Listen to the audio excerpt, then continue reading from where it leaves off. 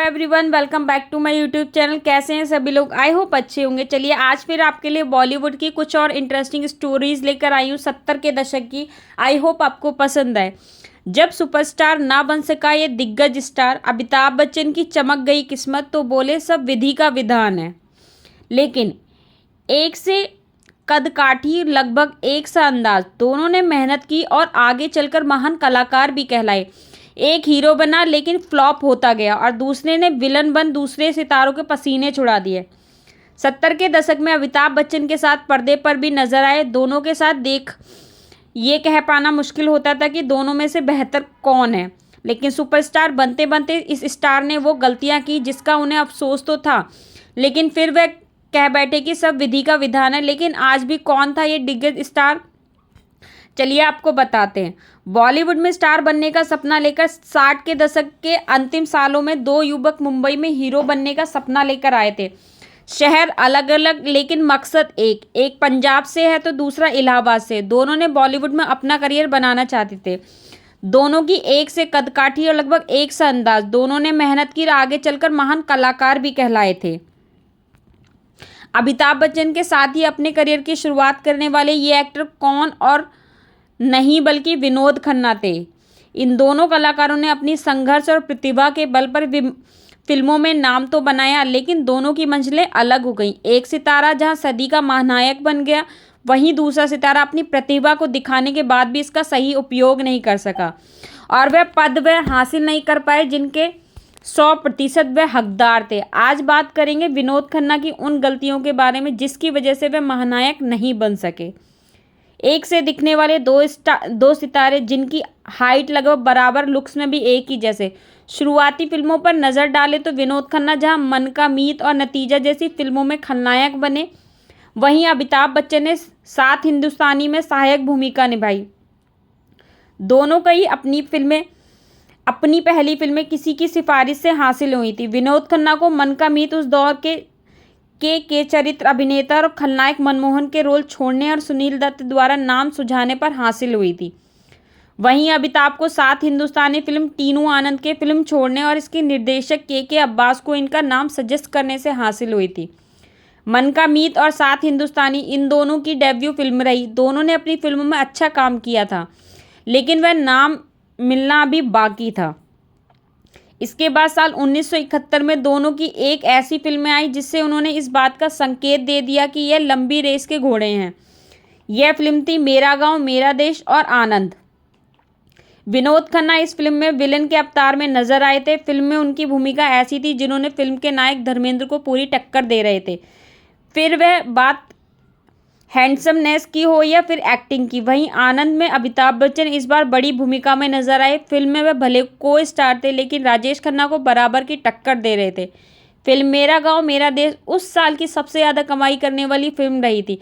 वहीं आनंद की भी बात की जाए तो आनंद ने उस साल के फिल्म फेयर अवार्ड के सबसे ज़्यादा 6 अवार्ड जीतकर इतिहास दर्ज किया था।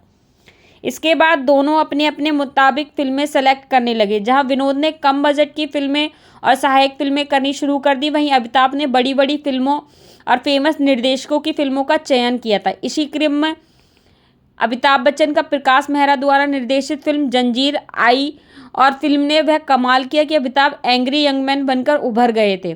वहीं विनोद खन्ना ने हम तुम एक हसीना, दो दीवाने और 5 दुश्मन जैसी दर्जनों फ्लॉप फिल्मों में काम किया था। साल 1974 में विनोद खन्ना ने हाथ की सफाई फिल्म में काम किया, जिसके लिए उनके काम को काफ़ी सराहा भी गया था और उस साल उन्हें बेस्ट सपोर्टिंग एक्टर का फिल्म फेयर अवार्ड भी हासिल हुआ था। लेकिन अभी भी वह फिल्म मेरा देश मेरा गांव जैसी जादुई फिल्म के अभिनय को टक्कर नहीं दे पा रहे थे। लेकिन हाँ, फिल्मी गलियारों में दर्शकों के बीच यह सुगबुगाहट शुरू हो गई थी कि इस वक्त फिल्म इंडस्ट्री में अमिताभ के टक्कर को कोई अभिनेता है तो वह सिर्फ विनोद खन्ना है। इसके बाद साल 1975 में अमिताभ बतौर लीड एक्टर एक फिल्म में नजर आए जिसका नाम था जमील। इस फिल्म में विनोद खन्ना ने भी काम किया, लेकिन फिल्म में दोनों के बीच कुछ खास टक्कर देखने को नहीं मिली। फिल्म में विनोद खन्ना एक मेहमान भूमिका में थे। दर्शक चाहते थे कि दोनों पर्दे पर साथ बड़ी भूमिका में नजर आए। दर्शकों की इस ख्वाहिश को पूरा किया जाए। प्रकाश मेहरा ने दोनों को साल 1976 की फिल्म हेरा फेरी में बतौर एक्टर्स के रूप में सेलेक्ट किया था। इस फिल्म ने लोगों को इस पसोपेश में डाल दिया था कि दोनों में से किसे बेहतर अभिनेता कहा जाए। लोग अभी भी इसी उधेड़-बुन में थे कि 1977 में दोनों की 3 बैक टू बैक फिल्म आई। यह फिल्में थी खून पसीना, अमर अकबर एंथोनी और परवरिश।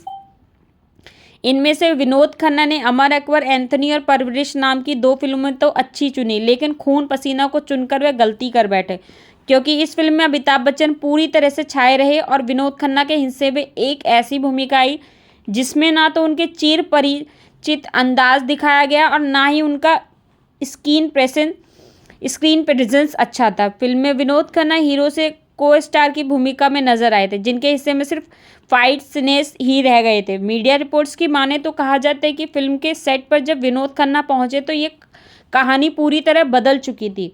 यह वह कहानी नहीं थी जो उन्होंने साइन की थी और ना ही वह भूमिका थी जिसके लिए उन्होंने फिल्म मेकर को हाँ कहा था।